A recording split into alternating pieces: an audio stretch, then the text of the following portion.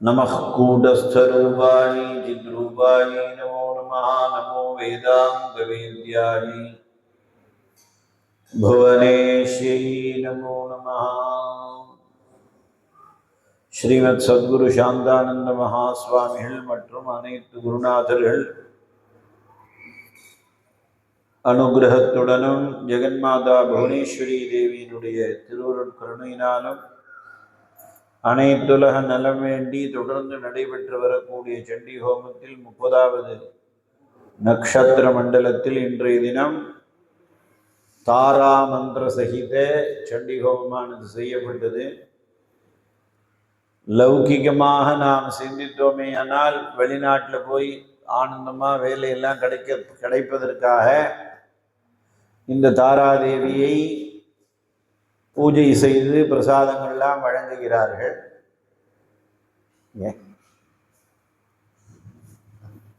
ஆனால் நாம் இந்த சம்சாரம்ங்கிற ஒரு பெரிய ஒரு கடல், சம்சாரம்னா மனைவின்னு அர்த்தம் இல்லை, சம்சாரம்னா பிறவி சூழல், திருப்பி திருப்பி பிறந்து மடிந்து ஒரு பெரிய வழுக்கு மரத்தில் ஏறி இறங்குற மாதிரி ஒரு சூழ்நிலை மாறணுங்கிறதுக்காக மகரிஷிகள் இந்த தாராதேவியை உபாசனை செய்ய சொல்லியிருக்கிறார்கள். இனி என்ன ஒரு விசேஷம் என்றால் 10 அவதாரத்துக்கு 10 சக்தியாக தான் மகரிஷிகள் இந்த தசமகாவித்யா தேவிகளை அமைத்து கொடுத்திருக்கிறார்கள். கிருஷ்ணரூபா காளிகா சியாத், ராமாரூபாச்ச தாரிணி. ராமருடைய ஸ்வரூபம் தாராதேவியின் ஸ்வரூபம். ஆனால் இன்னைக்கு நாம் அந்த ராமரை பற்றி தான் 4 மணிலேருந்து சிந்திச்சு ஒரு சீதா கல்யாணம் மட்டும் செய்தோம். இதெல்லாம் மனிதனாக பார்த்து திட்டம் போட்டு அமைப்பது இல்லை, தெய்வ சங்கல்பம் அப்படி இருக்கு, அது அமைஞ்சிருக்கு, அவ்வளவுதான். அதனால இன்னைக்கு ராமருடைய வழிபாட்டையும் நாம் பண்ணியிருக்கோம். ராமருக்கு உறுதுணையாக இருந்து சக்தி கொடுத்தது ஸ்ரீவித்தியிலே தாராதேவி வடிவம் என்று சொல்கிறார்கள். அப்படி நாம இன்னைக்கு தாராதேவி மந்திர ஹோமமும் செய்திருக்கிறோம். மனிதனுடைய வாழ்க்கையின் குறிக்கோள் சாஸ்திரங்கள்ல சொல்லப்பட்ட பிரகாரம் பார்த்தோம்னா தர்ம அர்த்த காம மோக்ஷம். தர்மப்படி பண்படுத்தப்பட்ட கல்வியை படித்து தர்மப்படி வாழ்வதற்கு முயற்சிக்க வேண்டும், தர்மப்படியே பொருள் ஈட்ட வேண்டும், தர்மப்படியே இன்பத்தை தூய்க்க வேண்டும். அப்புறமா நாம மோட்சத்துக்கு போக வேண்டிய சாஸ்திரங்களை படிக்க வேண்டும். அதுல சிரவண மனன நிதித்தியாசனம் எல்லாம் செஞ்சு மனது ஓரளவுக்கு ரொம்ப பக்குவம் அடைந்த பிறகுதான் உங்களுக்கு தத் விஞ்ஞானார்த்தம் ச குரும் ஏவ அபிகச்சேத் சமித்பாணி ஸ்ரோத்ரியம் பிரம்மனிஷ்டம். அப்ப முதல்ல நாம உங்களுக்கு சின்ன வயசு முதல் பண்படுத்தப்பட்ட கல்வியை படித்து அதுல நாம செய்ய வேண்டிய ரிஷி தேவதைகள் பித்ருக்கள் இதெல்லாம் நாம திருப்தி செய்து அவர்களுடைய அனுகிரகத்தை பெற்று அதற்கு அப்புறமாக மோக்தும் இச்சா முமுக்ஷா, முமுக்ஷத்துவத்தை அடையணுங்கிற விருப்பத்தோட குருநாதனை சரணடைந்து நாம வேதாந்த விசாரங்கள்லாம் செய்யணும்னு இருக்கு. இல்லாட்டி ஒன்றும் இல்லை, அது உபனிஷத் வாக்கியமே இருக்கு. நிறைய நீ பிரவச்சனம் பண்றதுனாலையோ, நிறைய நீ எல்லாருக்கும் சொல்லி கொடுத்ததுனாலையோ உனக்கு நியாயமாத்மா பிரவச்சனே ந லப்யோ நமே தயான பகுனா சுருதேனா யமே வைஷவி விருணுதே தனோ சுவாமின்னு முடிகிற. அதனால அதுல நமக்கு தொடர்ந்து ஈடுபாடு இருக்கணும், அதன்படி நாம வாழணும்.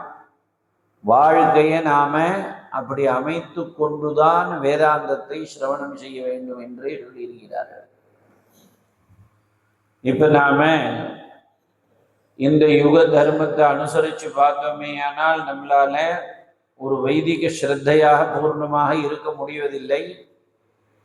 அதனாலதான் ஆதிசங்கர பகவத் பாதால் ஷண்மதத்தை நமக்கு அமைத்து கொடுத்து அத்தனைக்கும் எத்தனை உருவங்கள் நீங்க எங்க போய் சுவாமிய பிரார்த்தனை பண்ணாலும் எல்லாமே இந்த ஷண்மதத்துக்குள்ள அடக்கம்னு கொண்டு வந்து அதுல நமக்கு சித்த சுத்தியை அடைய வைத்து நம் மனதை தெளிவாக்கி நமக்கு அனுகிரகம் செய்வதற்காகவே அவர் ஷண்மத ஸ்தாபனத்தை செய்திருக்கிறார்.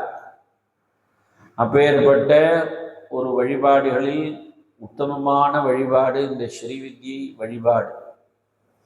ஸ்ரீவித்யை என்று சொன்னோமேயானால் இந்த அம்பாளை நாம பூஜை பண்ண ஆரம்பிச்சுட்டோமேயானால் பொதுவா உனக்கு இது நடக்கும் அது நடக்கும் சொல்லி அது பலன் அடையிற பக்தர்கள் அது ஒரு பாலா லீலா வினோதினின்னு அம்பாளுடைய திருவிளையாடல். ஆனா என்ன அப்படின்னா யத்ராஸ்தி போகோ நது தத்ர மோக்ஷா யத்ராஸ்தி மோக்ஷோ நது தத்ர போகா ஸ்ரீ சுந்தரி சாதக புங்கவானாம் து போகஸ்ச மோக்ஷஸ்ச கரஸ்தயேவா. எவன் ஒருவன் மோக்ஷ சாஸ்திரத்தையே நம்பி போறானோ அவனுக்கு இந்த உலகத்தில் இருக்கக்கூடிய சுகம் சிறிது கூட கிடைக்காம போயிடும். சரி, இந்த உலகத்துல இருக்கக்கூடிய இதையே அனுபவிக்கணும்னு நினைக்கிறவனுக்கு மோட்சமும் கிடைக்காம போயிடும். ஆனா இந்த அம்பாளை மனசார பூஜை பண்றவனுக்கு கண்டிப்பா போகமும் மோட்சமும் அவன் கையிலேயே அம்பாள் அவனுக்கு கொடுக்குறா அப்படின்னு பாஸ்கராய மகான் சொல்லி இருக்கிறார். அதே மாதிரி இந்த ஸ்ரீவித்யா வழிபாட்டில் மனசை சுத்தப்படுத்துவதற்காக இந்த சண்டி ஹோமமும் வேத துல்லியமாக யதா வேதோஹ்யநாதரகி தத்வத் சப்தசதி ஸ்மிருதா, எப்படி வேதம் அநாதிகாலம் தொட்டு மகரிஷிகளால் அனுகிரகிக்கப்பட்டு வந்ததோ அதே மாதிரி இந்த தேவி மகாத்மியம் என்று சொல்லக்கூடிய சப்தசதி கிரந்தமும் அப்படி வந்திருக்கு. அதனால ஆங்காங்கு எல்லா இடத்துலையும் ஹோமம் நடக்கிறது. நமது புதுக்கோட்டை புவனேஸ்வரி பீடம் சார்பாக பல இடங்களில் தொடர்ந்து நடைபெற்று வருகிறது.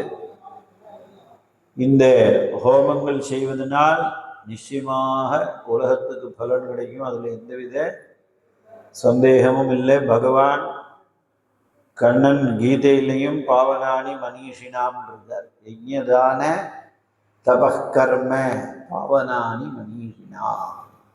அதனால நாம யஜ்ஞாத் பவதி பர்ஜன்யா, நல்ல ஒரு சசிய அபிவிருத்தி நல்ல மழையெல்லாம் வேண்டும்னா இந்த மாதிரி ஹோமங்கள் செய்யணும் அப்படியெல்லாம் விதித்திருக்கிறார்கள்.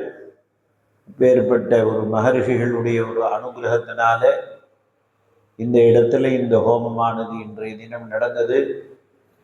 இது வந்திருக்கக்கூடிய அனைவருக்கும் அனைத்து உலகத்திற்கும் ஜெகன்மாதா புவனேஸ்வரியும் சத்குருநாதர்களும் பரிபூர்ணமாக அனுகிரகம் செய்ய வேண்டும் என்று பிரார்த்தனை செய்து வாழ்த்தி மகிழ்வோமாக.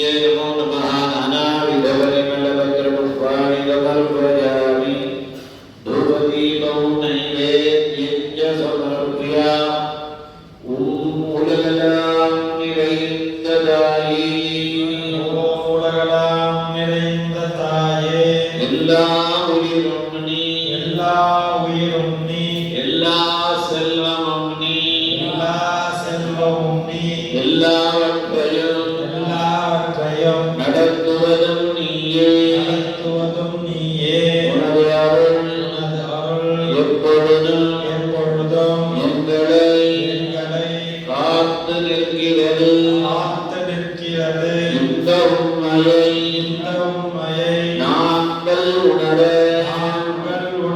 அருள் புரிவாயம்மா. பசிக்கு உணவு ஆவாய், பருகும் நீராவாய், நோய்க்கு மருந்தாவாய், இருள் போக்கும் ஒளியே, வறுமை நீக்கும்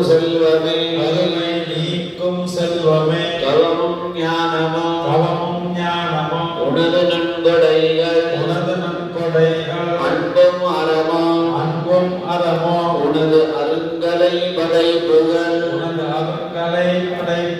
அன்னையே ஆதிசக்தியே, உன்னில் பிறந்து உன்னில் வளரும் என்னை உனதாக்கி அருள் புரிவாயம்மா. எல்லா உயிர்களும் இன்புற்று வாழ வேண்டும். லோகா சமஸ்தாः சுகினோ பவந்து. இன்பமே சூழ்க, எல்லோரும் வாழ்க. இன்பமே சூழ்க, எல்லோரும் வாழ்க. இன்பமே சூழ்க, எல்லோரும் வாழ்க.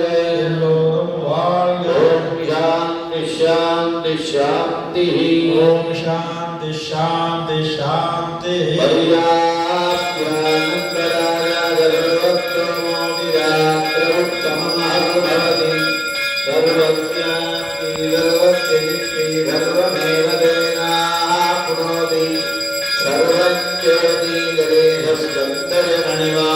भुवनेश्वरी भद्रकाली नमस्तुभ्यं चामुण्डायै मंगलम्.